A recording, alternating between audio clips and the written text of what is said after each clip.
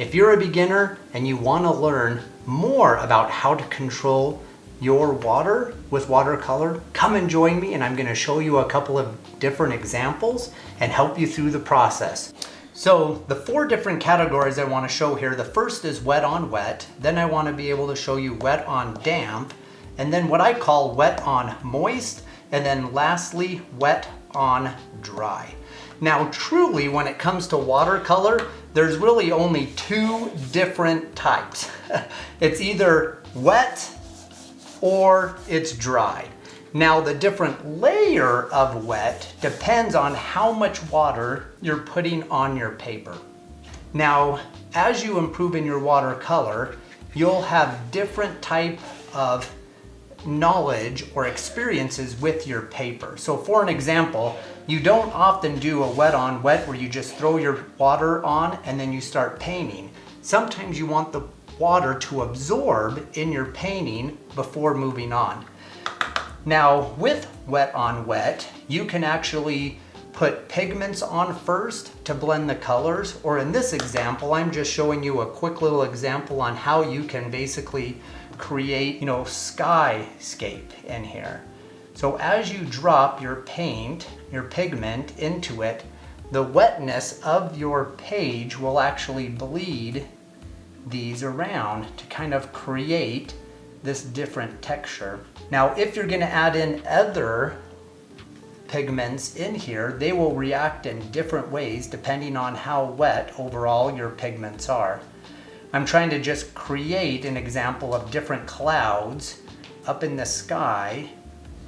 Acknowledge that there is a lot about this subject. I don't want to go into super detail about the paper brush sizes. I want to focus more on simply the water control process. But I want you to understand that the size of the brush you use is important. So if it's a large area for larger brushes, and also the type of paper you use is important. So I just want to acknowledge that, so then that way you're aware that that is an important part of your water control. If your paper actually starts to dry, it's totally okay to get some more water and to add it onto it to be able to reactivate the paint, to be able to bring down that softness overall. Now an entire video can be made about all the different ways you can use this, but this is supposed to be just a quick overview so you can understand on the different styles that can be with controlling your water. Now if you get too much water, let's say for an example right in here, it's totally pooling. I'm gonna just dump some water in a way right in here. And say there's so much water in here and it's hard to control, there's different ways that you can pull that water back out. One way is you can just take, your brush, and it kind of works like a vacuum in a way. If you have a dry brush, the wet will go to the dry. So you just put your brush right on there and it will just soak it up, kind of like a paper towel or even a sponge.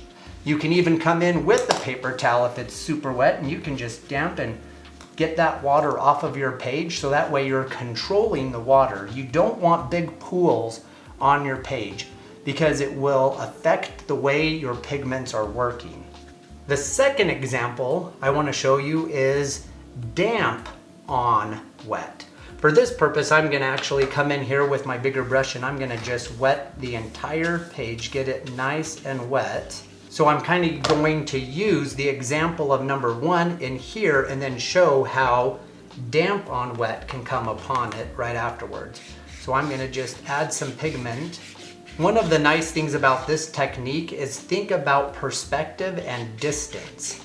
Right now, I am just doing wet on wet. Damp on wet is a way to be able to add another layer onto your picture, but the important thing is you have to let your painting dry and not have it be as wet. Initially think, for an example, if you're a gardener and you wanted to water, like let's say a fruit tree, you would want to use a big bucket to water that fruit tree.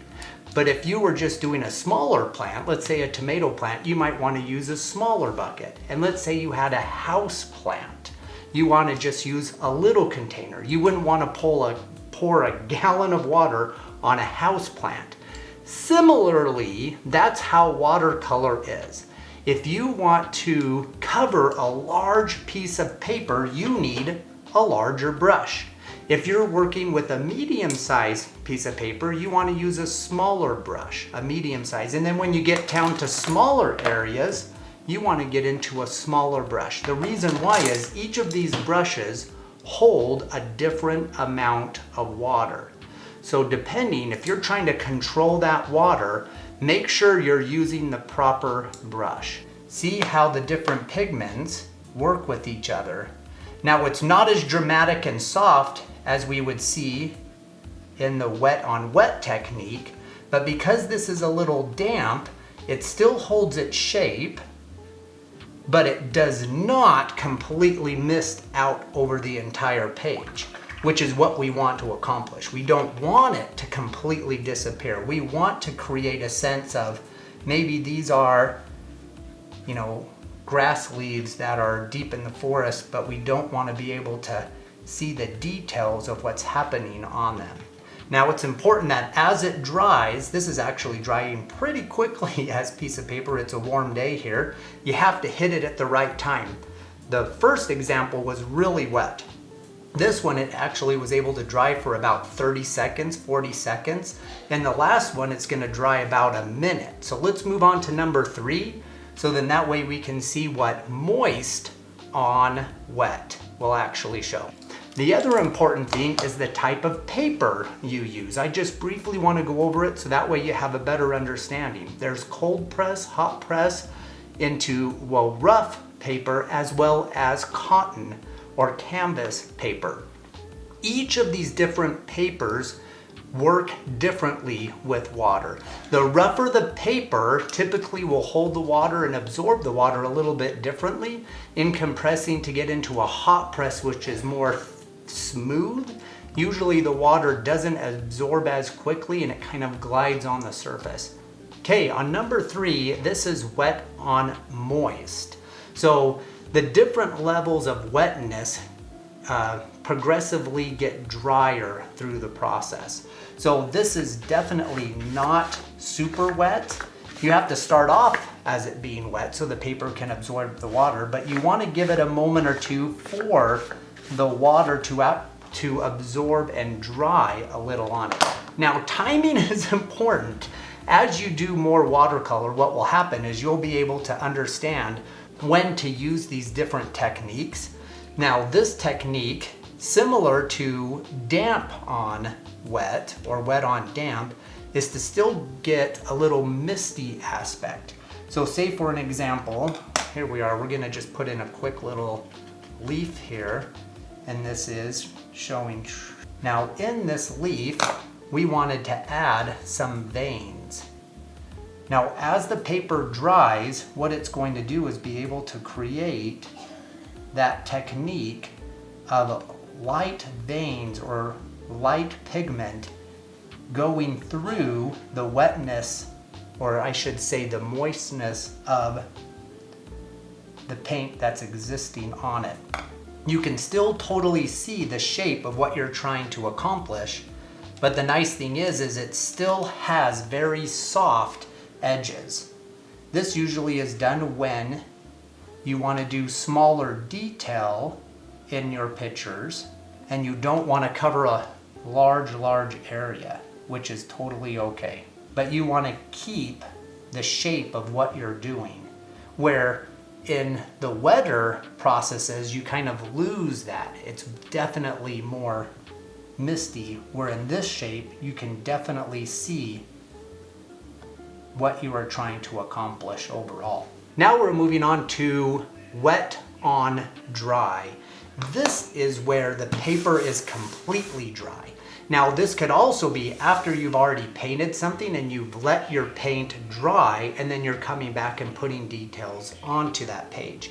Now the reason why this is one of my favorites is as you're doing this particular process, what happens is you can control the paint exactly where you want it to go.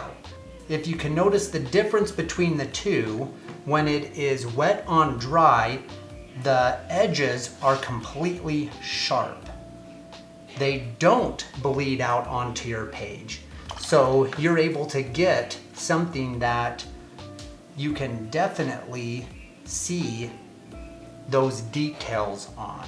Depending on when you put it on, you can even see right in here, look at these ones are actually kind of bleeding together because they were a little wet on each other. So you might have to wait for your paint to dry if you're continually doing this process before adding these next layers. Those are the 4 examples of being able to go through from the level of wetness on your different pages. Now I want to show a couple examples just so you have an idea of how this works together. Because some of you might be asking, why? This is a process of combining all 4 of the different processes. The background, the farthest distance, was used of a wet on wet technique to be able to allow these different colors to blend into each other. Now if you can see these distant flowers, these poppies right in here, this one is more of a wet on damp and wet on moist. You can't see the great details, but they still are holding their shape. They haven't escaped across the entire page. They're still close, but the details are still fuzzy. Where up close, if you look at the 2 layers of the different leaves, there's a layer behind the detailed ones where this is wet on moist, where it still has the shape of these grasses shooting up, but the details again are a little, soft. And then lastly, you have wet on dry, and that is where you can see the details specifically of what is closest right to you. So if you're asking the question, why should I learn? That's the reason, is you want to use all the techniques in your pictures to be able to show that layer in that depth. So I hope that helps out. Hey, I hope you enjoyed this video of better understanding how to control water with your watercolor pictures. If you made it this far, thank you. Watch for other videos that will be coming out, and go ahead and hit that subscribe button. It totally helps improve this channel so I can get additional content out to you. So thanks again. Remember to share the love and have a fantastic day. Let's enjoy painting.